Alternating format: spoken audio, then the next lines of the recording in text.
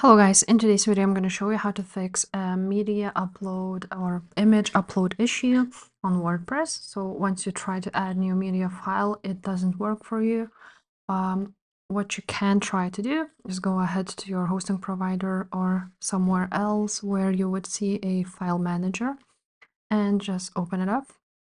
After that, you want to go to public HTML, or for example, for me it's this one, and then WP content. And from there, you want to find uploads. Now you will see all of these uploads here. Let's go back. Now you need to go ahead and right click this and click on this change permissions option. And you will see that if there is an issue, it's probably because the file permissions are not 755. You need to change it to 755, just like so. And once it is done like so, you're gonna click OK, it's gonna save. Then you can try and upload a media library again.